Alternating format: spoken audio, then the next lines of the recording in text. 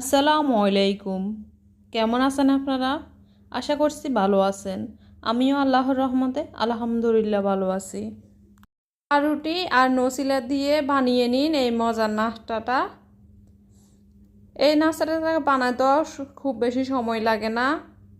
অল্প সময়ের মধ্যে কিন্তু আপনি বানিয়ে খেতে পারবেন। চাইলে কিন্তু বাচ্চার টিফিনও দিতে পারেন। এছাড়া বিকেলের নাস্তা হিসেবেও কিন্তু খেতে পারেন। তা আমি আর কথা না বাড়িয়ে মূল রেসিপিতে চলে যাচ্ছি। আমি পাউরুটি নিয়ে নিচ্ছি 1 পিস।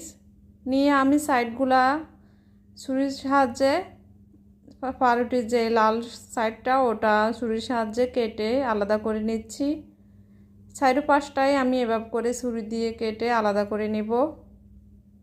চাইলে সাইডগুলা চুলের উপরে টেলে পরে ব্রেডক্রাম বানিয়ে নিতে পারেন আপনারা। তো আমি বানিয়ে নেব ব্রেডক্রাম, সাইডগুলো আর পালাবো না।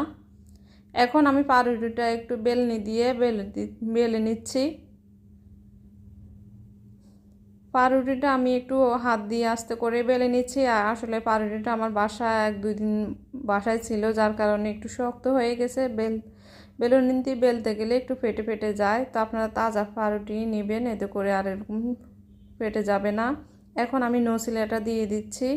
নসিলাটা একটা সাহায্যে দিয়ে দিচ্ছি। পুরো পাউরুটির মধ্যে আমি নসিলাটা লাগিয়ে নিব। এই নসিলাটা কিন্তু আমার বাসায় বানানো, চাইলে আপনারা দেখে নিতে পারেন। আমার চ্যানেলে অলরেডি দেওয়া আছে, আপলোড করা আছে। খুবই সহজে চিনেবাদাম দিয়ে এই নসিলাটা আমি বানিয়ে আপনাদের সাথে শেয়ার করলাম। আর একদম পারফেক্টলি দোয়ানের মতোই হয় খেতে। তো আপনারা চাইলে কিন্তু দেখে বানিয়ে নিতে পারেন বাসার মধ্যে। আর আপনার বাচ্চাকেও খুশি করে দিতে পারেন এই নসিলাটা বানিয়ে। আমি পাউরুটির মধ্যে খুব সুন্দর করে দিয়ে ত্রিভুজের মতো এক সাইড উঠিয়ে মিশিয়ে আর চেপে চেপে সেট করে নিয়েছি। এখন একটা ডিম ফেটিয়ে নিয়েছি। আপনারা যদি বাচ্চারা মিষ্টি পছন্দ করে বা আপনি মিষ্টি বেশি পছন্দ করেন, তাহলে কিন্তু ডিমের সাথে কিছু চিনিও অ্যাড করে ফেটিয়ে নিতে পারেন, মানে মিশিয়ে নিতে পারেন। একটা প্যানের মধ্যে আমি অপরিমাণ মতো তেল দিয়ে দিচ্ছি। তেল যখন গরম হয়ে আসবে তখন আমি কিন্তু চুলার হিটটা লো হিট থেকে একটু বাড়িয়ে রাখবো। একবারই লো হিটে রাখবো না, আবার চুলার হিটটাও কিন্তু বেশি হিটে রাখবো না, রাখলে কিন্তু পুড়ে যাবে পাউরুটি। এখন আমি ডিমের মধ্যে পাউরুটিটা দিয়ে কাঁটা চামচ দিয়ে চেপে চেপে মানে ভালো করে লাগিয়ে নিচ্ছি। লাগিয়ে নেওয়া হয়ে গেলে কিন্তু আমি তেলের মধ্যে দিয়ে দিচ্ছি। তো আমি এভাবে 2টা করে ভেজে নিব পাউরুটি, আর এভাবে ডিমের মধ্যে চুপিয়ে পরে তেলের মধ্যে দিয়ে দিব। তো আমি তো তেলের মধ্যে দিয়ে দিয়েছি। দেখেন আমি এমন এক পাশ হয়ে গেলে উল্টিয়ে দিব, 2 পাশ হয়ে গেলে উঠিয়ে নিব। আমি আবারও বলে দিচ্ছি, চুলার আঁচটা কিন্তু লো হিট থেকে হালকা একটু বাড়তি রাখতে পারেন।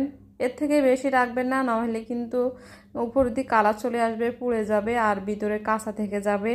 এটা কিন্তু কয়েক সেকেন্ড বা 1 মিনিটের মতো রান্না করলেই হয়ে যায়, বেশি সময় নিয়ে রান্না করার দরকার পড়ে না।